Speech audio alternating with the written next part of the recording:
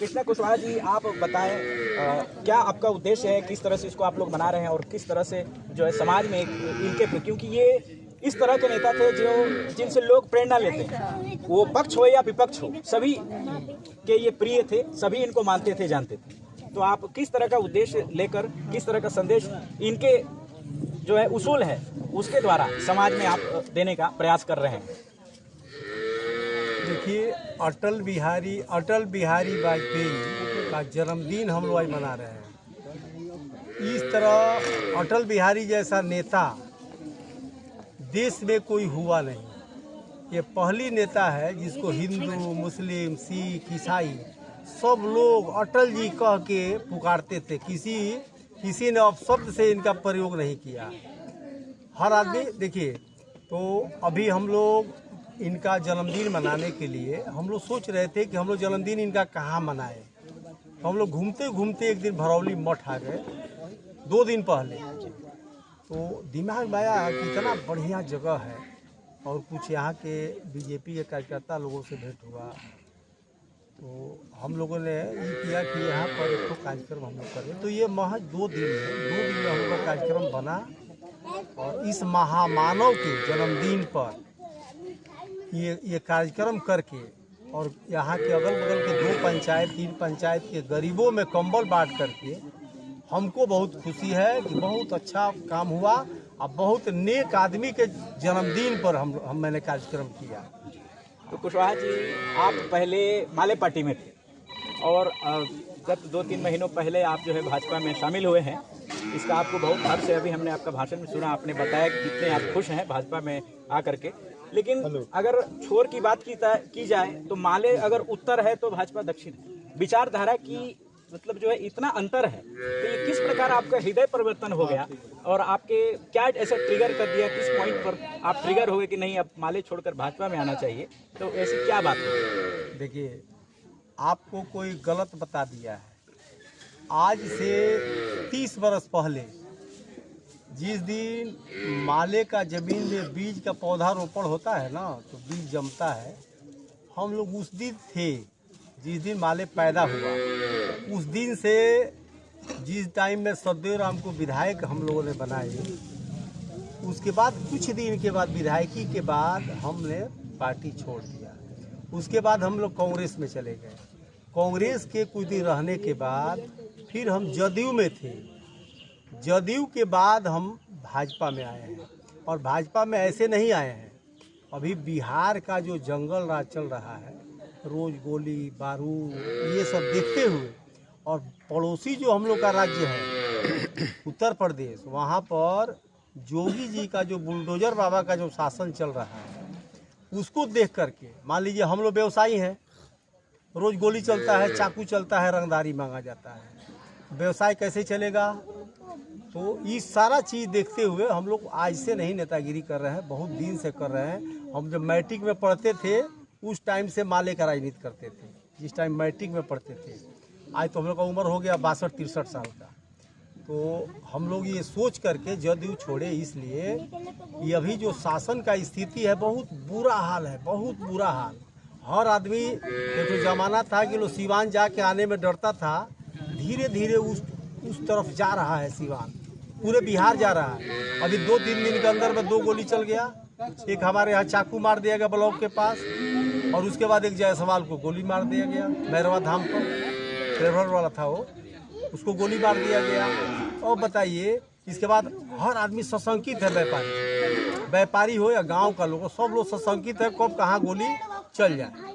तो हम लोग चाह रहे हैं कि जैसे बुलडोजर बाबा का सरकार है, उसी तरह बिहार में भी उसी तरह का आदमी यहाँ आ जाए और यहाँ पर भी बीजेपी का पूर्ण समर्थन से पूर्ण गवर्नमेंट बन जाए। तो आप लोगों को बता दें कि कृष्णा कुशवाहा जी जो हैं वो कोई नए नेता नहीं है, बहुत ही वरिष्ठ, और अपने शुरुआती दिनों से ही वो नेता राजनीति में है और जो है लोगों के बीच रहे हैं, और इस वक्त जो है वो भाजपा से जुड़े हैं। अभी आपसे कृष्णा जी मैं ये पूछना चाहूँगा कि अगर बिहार में भाजपा की पूर्ण बहुमत की सरकार बनती है तो कानून व्यवस्था में किस तरह का बदलाव देखने को मिलेगा?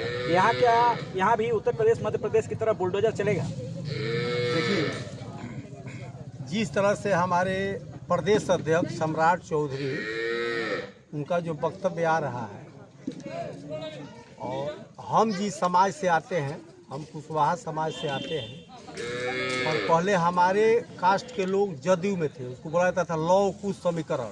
जैसे MY है वैसे यहाँ जदयू का लौह कुश समीकरण था, तो उनका एक अंग तो टूट गया। हम लोगों वाला जो था हिस्सा, बड़ा हिस्सा, वो टूट गया और सारा हिस्सा अभी बीजेपी के साथ चला गया। और हमारे कास्ट के जितने लोग हैं, मोटा मोटी मान के चलिए कि 98% लोग, उन लोगों का दिल्ली ख्वाहिश है कि बिहार का मुख्यमंत्री सम्राट चौधरी को बनाया जाए। उसको ले करके पूरे समाज में हम लोग लगे हुए हैं। अब बदलाव इसका हो चुका है और गवर्नमेंट भी बदलेगा और यहाँ भी बुलडोजर चलेगा और फिर यहाँ से लोग बंगाल भागेंगे, यहाँ के लफुआ लपाड़ी। हाँ, तो आपका कुशवाहा जी अभी जो स्थिति है अपराध की, तो आपने जैसे कहा कि आपने बताया कि बुलडोजर चलेगा, तो ये एक विषय हो गया। अभी जो ज्वलंत मुद्दा है, हाल ही में जो 2 नवंबर को जातीय जनगणना के आंकड़े जो जारी किए गए थे, जातीय जनगणना पर भाजपा का क्या स्टैंड है?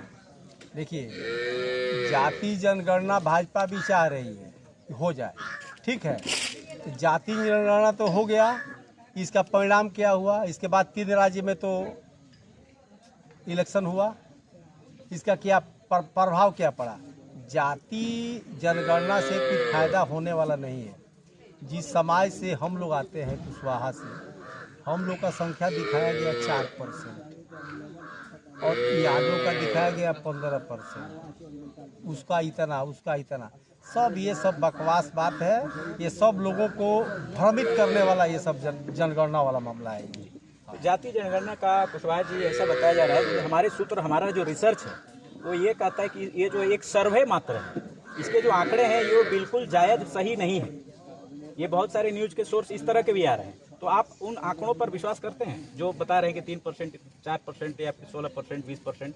इन आंकड़ों पर आप क्या कहना चाहेंगे? देखिए, सही है, ये गलत है? जितना आंकड़ा इन लोग पेश किया है, ये आंकड़ा एकदम फेलियोर आंकड़ा है। इन लोगों का सारा पब्लिक बोल रहा है कि आंकड़ा फेल है ये। हाँ, दिग्भ्रमित कर दिया गया है इसको दिखा करके आंकड़ा को। हाँ। अभी वर्तमान में बिहार के मुख्यमंत्री नीतीश कुमार जी, बहुत ऐसा हो रहा है कि सदन में किसी भी तरह की बात बोल रहे हैं, कुछ उटपटांग बातें कर रहे हैं। इस पर आपका क्या कमेंट रहेगा? आप उनको कोई संदेश देना चाहते हैं? क्योंकि इससे जनता जो है बहुत नाराज है और उनकी बातों को सुनकर जो है बहुत जनता को भी लज्जित होना पड़ रहा है। खासकर बिहार राज्य को पूरे भारत में लज्जित होना पड़ रहा है कि बिहार का मुख्यमंत्री सदन में खड़े होकर इस तरह का वक्तव्य दे रहे हैं। तो इस पर आपकी क्या राय है?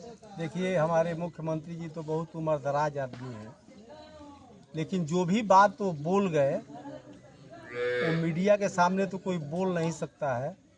तो उनका उम्र अब 70 प्लस हो गया। 70 प्लस का 60 में रिटायरमेंट होता है और 70 प्लस हो गया, तो अब उनका ये अंतिम टाइम है मुख्यमंत्री का।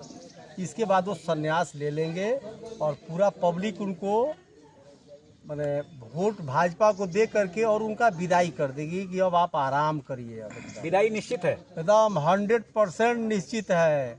अभी तो जदयू ही खत्म होने वाला है।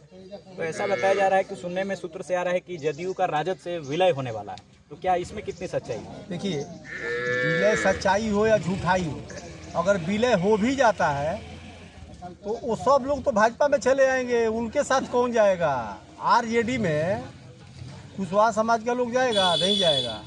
सारे लोग चले आएंगे भाजपा के साथ। वही तो बोल रहे हैं, पूरी विदाई है और इधर हम लोग का चढ़ाई है बस।